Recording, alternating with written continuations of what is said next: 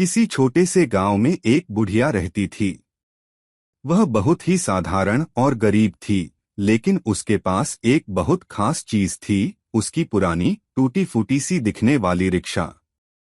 गांव वाले उसे बुढ़िया की जादुई रिक्शा कहकर मजाक उड़ाते थे, क्योंकि वह बुढ़िया हमेशा कहती थी कि उसकी रिक्शा में कुछ जादू है।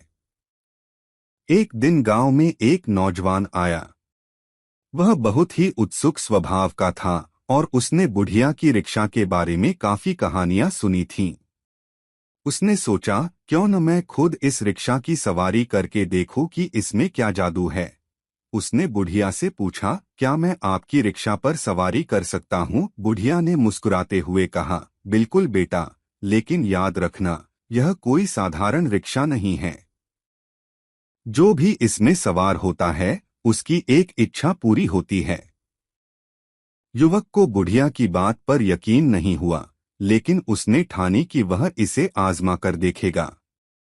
वह रिक्शा पर बैठा और मन ही मन अपनी सबसे बड़ी इच्छा के बारे में सोचने लगा। वह अमीर बनना चाहता था। जैसे ही वह रिक्शा में बैठा, उसे ऐसा लगा जैसे वह हवा में उड़ रहा हो। चारों तरफ रंग बिरंगी रोशनी चमक उठी और अचानक वह एक बड़े महल के सामने उतरा। वह हैरान रह गया, उसे विश्वास नहीं हुआ कि उसकी इच्छा सच में पूरी हो गई थी।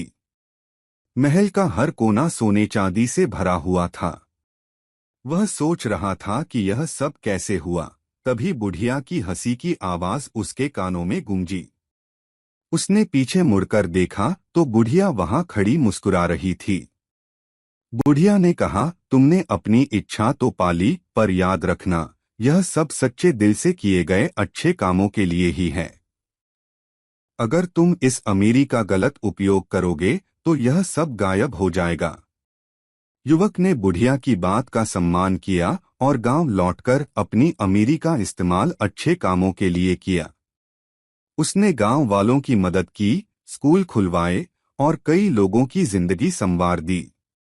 उसकी नेकदिली के कारण बुढ़िया की जादुई रिक्शा की कहानियां दूर दूर तक फैल गईं।